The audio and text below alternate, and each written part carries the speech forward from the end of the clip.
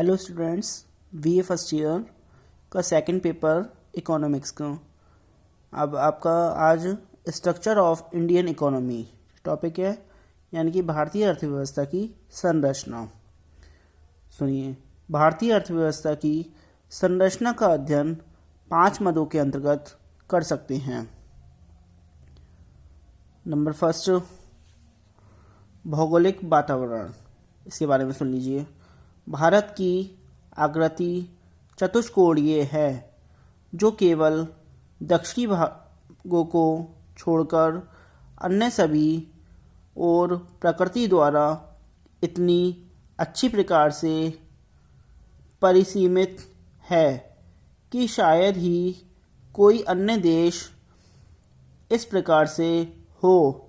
यह उत्तरी गोलार्ध में स्थित है तथा विषुवत रेखा के उत्तर में 8 डिग्री 4 अक्षांश से 37 डिग्री 6 अक्षांश उत्तरी अक्षांश और 68 डिग्री 7 से 97 डिग्री 25 पूर्वी देशांतर के मध्य फैला हुआ है। कर्क रेखा इसके मध्य से होकर गुजरती है। भारत की सीमाएं। भारत की प्राकृतिक सीमाएं उत्तर में हिमालय पर्वत श्रेणी, दक्षिण पश्चिम में अरब सागर और दक्षिण पूर्व में बंगाल की खाड़ी तथा दक्षिण में हिंद महासागर है। इस देश की सीमाएं उत्तर पूर्व में चीन, नेपाल और भूटान में से, पूर्व में म्यांमार व बांग्लादेश से, उत्तर पश्चिम में पाकिस्तान और अफ़गानिस्तान से मिलती हैं। मन्नार की खाड़ी और पाक जलोढ़ मध्य भारत को श्रीलंका से अलग करते हैं। सेकंड पॉइंट, मानव संसाधन। भारत की विशाल जनसंख्या को मानव संसाधन के रूप में बताया जा सकता है। 2011 की जनगणना के अनुसार भारत की जनसंख्या 121.05 करोड़ है। 2011 की जनगणना के अनुसार यहाँ 1000 पुरुषों के पीछे 943 स्त्रियां हैं तथा साक्षरता प्रतिशत 73.0 है। भारत में 14 वर्ष तक के बच्चों का प्रतिशत 28.8 है। कुल जनसंख्या का 28.8% बच्चों में निहित है। 8.6% जनसंख्या ऐसी है जिसकी आयु 60 वर्ष या इससे अधिक है।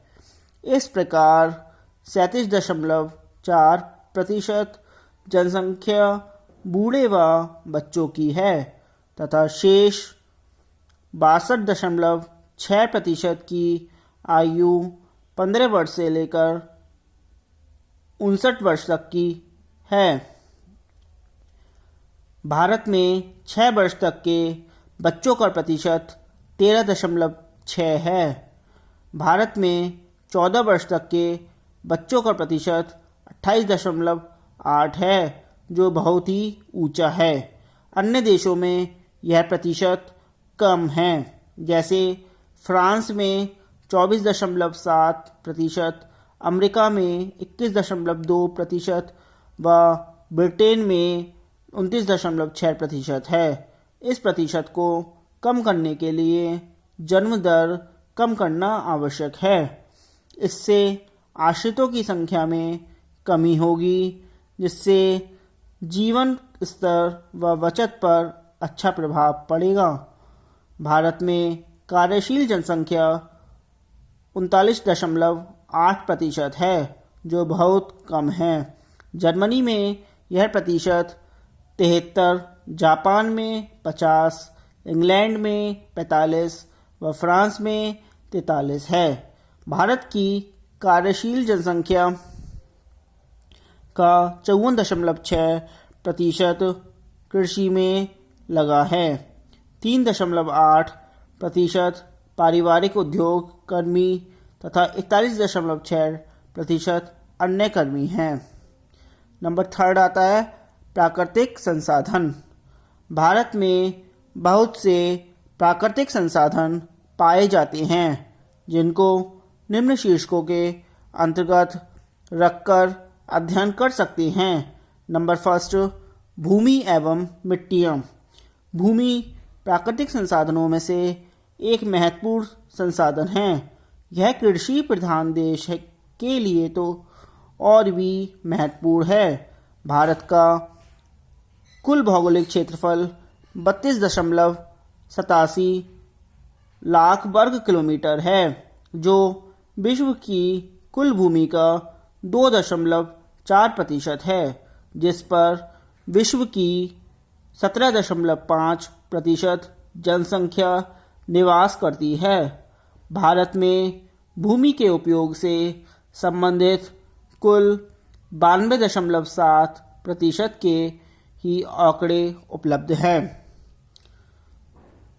भारत के भूमि क्षेत्रफल का 46.24% कृषि कार्यों व 21.23% वनों में लगा है। शेष में खनिज है या उपयोग के योग्य नहीं है, लेकिन देश की बढ़ती हुई जनसंख्या, शहरीकरण तथा उठता हुआ रहन सहन का स्तर यह बताता है कि कृषि कार्यों के अतिरिक्त अन्य कार्यों के लिए भी भूमि की आवश्यकता होगी, जैसे सड़कें, मकान, पार्क, कारखाने आदि। अगला पॉइंट नंबर 2 वन संसाधन। भारत में 69.78 मिली हेक्टेयर भूमि में वन पाए जाते हैं, जो देश के कुल भौगोलिक क्षेत्र का 21.23% बैठता है। भारतीय अर्थव्यवस्था में वन बहुत ही महत्वपूर्ण है। भारत में वनों से बांस, ताड़, रबड़, आवनूस, चंदन, वेत, नारियल, शीशम, साल, आम, सेमल, सागौन, नीम और बबूल की लकड़ी, खजूर, बेल, बेर, इमली, जामुन, लाख, गोंद, चमड़ा रंगने के पदार्थ, कत्था, राल, लुगदी, हाथी, दांत, जड़ी बूटी एवं औषधियाँ आदि अनेक पदार्थ मिलते हैं। नंबर 3 आता है जल संसाधन। एक देश की अर्थव्यवस्था का हृदय जल माना जाता है। जल पर ही एक देश की आर्थिक क्रियाओं की सक्रियता निर्भर रहती है। जल की आवश्यकता सभी कार्यों में पड़ती है। 1 किलोग्राम गोंद के उत्पादन के लिए 500 ग्राम जल की आवश्यकता होती है। इसी प्रकार 1 किलोग्राम इस्पात तैयार करने के लिए 250 ग्राम जल की आवश्यकता होती है। संक्षेप में जल की आवश्यकता सभी क्षेत्रों में होती है, चाहे वह कृषि हो या औद्योगिक क्षेत्र। जल की दृष्टि से भारत एक धनी देश है।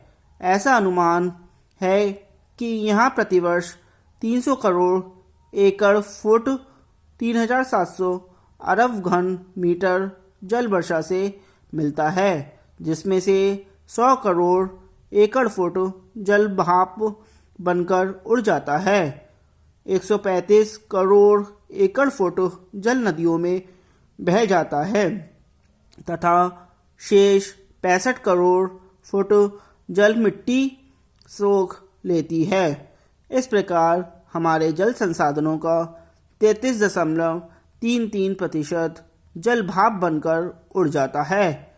21.66% जल भूमि सोख लेती है तथा शेष 45% जल नदियों में बह जाता है, जिसको सिंचाई के काम में लिया जा सकता है। अगला आता है नंबर 4, खनिज संसाधन। एक देश के आर्थिक विकास में खनिज संसाधनों का विशेष महत्व है। यही कारण है जिसकी वजह से विद्वानों का कहना है कि आधुनिक सभ्यता के विकास का आधार खनिज संसाधन है। आज के युग में पैरों के जूतों से लेकर सिर के बालों के तेल तक किसी न किसी रूप में खनिज संसाधनों का उपयोग किया जाता है। नंबर 5, शक्ति संसाधन। आधुनिक युग में आर्थिक विकास के लिए शक्ति संसाधन परम आवश्यक है। जिस देश में शक्ति संसाधन सस्ते व पर्याप्त होते हैं, वह देश आसानी से एवं तीव्रता से विकास करता है। नंबर 4 पॉइंट आता है कृषि एवं सिंचाई। भारत के 32.87 करोड़ हेक्टेयर भूमि के क्षेत्रफल में से 14.1 करोड़ हेक्टेयर भूमि में कृषि की जाती है, जो कुल भूमि क्षेत्रफल का 46% बैठता है। भारत की कार्यशील जनसंख्या का 54.6% कृषि से आजीविका प्राप्त करता है। अगला पॉइंट 5, उद्योग एवं परिवहन। स्वतंत्रता प्राप्ति के समय भारत औद्योगिक दृष्टि से काफ़ी पिछड़ा हुआ था, लेकिन आज ऐसी बात नहीं है। यहाँ कुल कार्यशील जनसंख्या का 24.3% उद्योगों में लगा है तथा इन उद्योगों का राष्ट्रीय आय में योगदान 26.1% है। आज के लिए इतना ही। Thank you very much.